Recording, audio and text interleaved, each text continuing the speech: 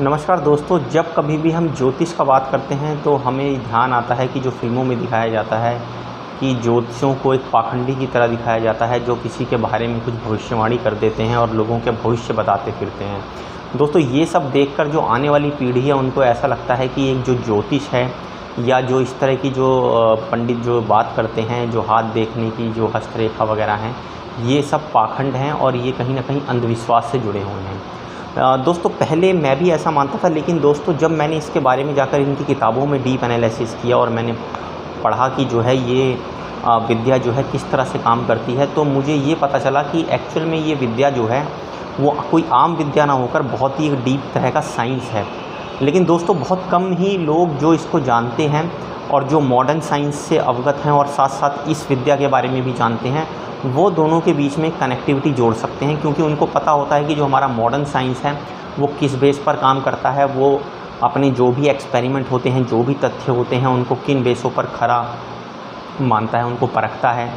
हर किसी जो है चीज़ का उसको प्रूफ चाहिए होता है और उसके साथ साथ जो है प्रूफ के साथ साथ वो ऑब्जर्वेशन में और उसके बाद कंक्लूज़न और रिज़ल्ट वगैरह में विश्वास रखता है। लेकिन दोस्तों, अगर आप एस्ट्रोलॉजी की बात को समझें तो एस्ट्रोलॉजी सिर्फ हाथ देखना, लोगों की कुंडली बनाने तक ही सीमित नहीं है।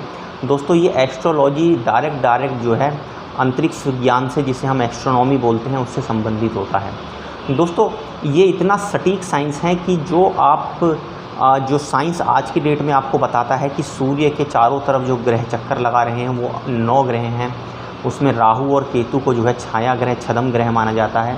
आज का विज्ञान जो है ये पता नहीं कर पाया है कि जो राहु और केतु ज्योतिष में जो बताए गए हैं वो वास्तव में क्या हैं और कैसे प्लैनेट हैं।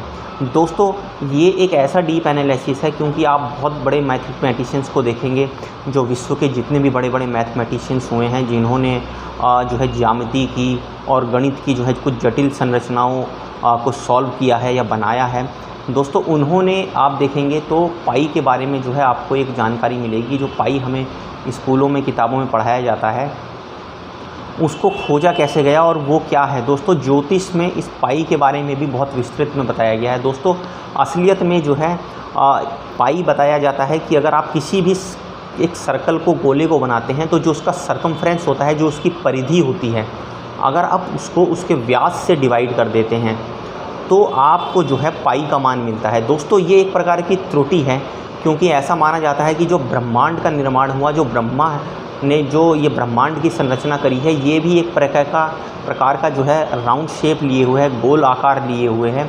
और इस गोल आकार का जो है वो परफेक्ट गोल साइज़ नहीं है, इसमें एक त्रुटि है। वही उसी त्रुटि को जो है 22/7 से दिखाया जाता है, जिसका आप 2 अंकों तक मान देखेंगे तो 3.14 आता है।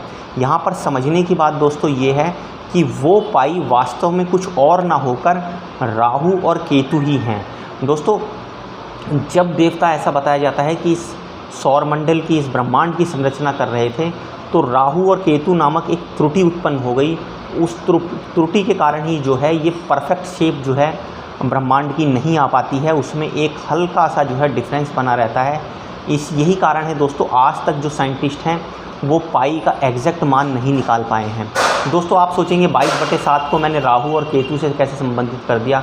दोस्तों, अगर आप 22/7 को लेंगे और आप ऊपर के अंकों को एक अंक में कन्वर्ट कर लीजिए, 2 और 2 जो 2 बार लिखा होता है उसको जोड़ेंगे तो 4 आता है। 4 अंक जो है वो अंक ज्योतिष में डिवोट करता है राहु को, और जो नीचे 7 अंक आता है वो केतु को डिवोट करता है। दोस्तों, तो यही जो राहु और केतु हैं वो आपस में मिलकर पाई का निर्माण करते हैं। ये वो त्रुटि है जो आज तक वैज्ञानिकों के लिए एक चुनौती बनी हुई है। जो ब्रह्मांड की संरचना जब हुई थी तो उसमें एक जो आप देखेंगे जो कांस्टेंट वैल्यू थी, जिसके कारण कभी भी जो है इसकी वैल्यू ज्ञात कर पाना असंभव हो जाता है, क्योंकि ये कभी भी पूरी डिवाइड नहीं होती है। पूरी डिवाइड ना होने के कारण इसको एक त्रुटि के तौर पर देखा जाता है, और कई सारी जब आप गणनाओं को करते हैं तो पाई का मान अपने आप में बहुत मायने रखता है।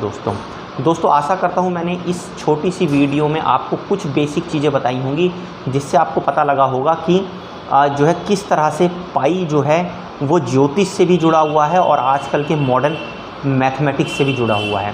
दोस्तों, अगली वीडियो में मैं आपको बताऊंगा कि कैसे जो है ज्योतिष जो है वो इतनी सारी अद्भुत चीज़ों को अभी भी लिए हुए है जिनको साइंस रिवील नहीं कर पा रहा है। दोस्तों आशा करता हूँ वो वीडियो आपको पसंद आया होगा। धन्यवाद।